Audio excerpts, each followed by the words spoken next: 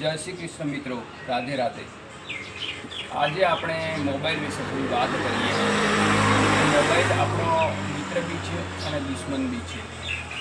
આપણે અત્યારના ટાઈમને મોટા ભાગે આપણે ખોરાક લેતા હોઈએ ત્યારે, આપણે જમતા હોઈએ ત્યારે, ભગવાનનો પ્રસાદ લેતા હોઈએ ત્યારે આપણે મોબાઈલનો ઉપયોગ કરીએ છીએ અને આપણું ધ્યાન હોય એ મોબાઈલની અંદર કેન્દ્રિત હોય છે કે આને રીલ્સ દેખીએ છીએ કે કંઈ પણ દેખીએ છીએ તો આપણું કોન્સન્ટ્રેશન જે જમવાના પ્રત્યેનું હોય છે એ તૂટી જાય છે અને આપણે જે ભોજન લઈએ છીએ, ભગવાનનો પ્રસાદ લઈએ છીએ એ એનો આનંદ લઈ શકતા નથી।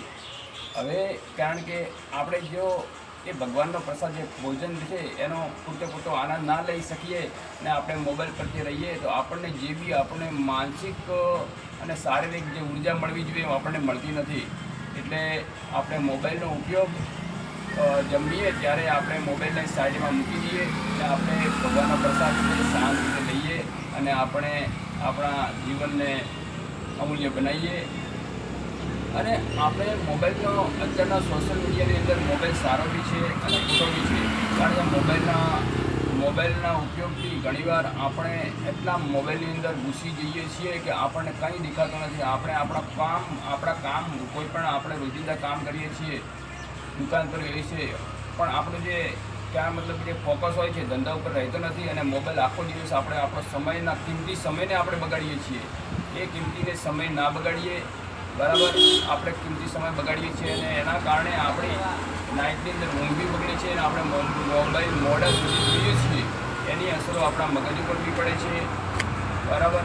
એ મગજ ઉપર અસર ના પડે એના માટે કરીને મોબાઈલને આપણે જ્યારે આપણે સૂઈએ ત્યારે એના 1-1.5 કલાક પહેલાં મોબાઈલને સાઈડમાં મૂકી દેવો પડે।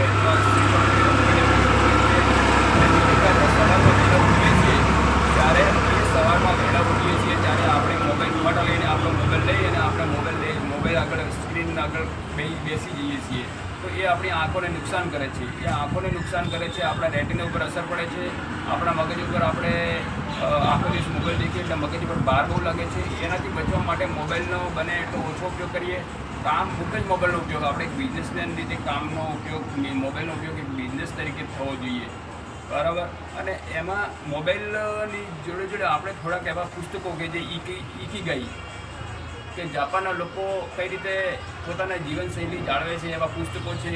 પેરેબલ of the pipeline, rich dad poor dad જેવા પુસ્તકો છે આપણે આપણા જીવનની અંદર થોડા વાંચીએ ને એનું અનુકરણ કરીએ અને આપણું જીવન છે સાર્થક બનાવીએ।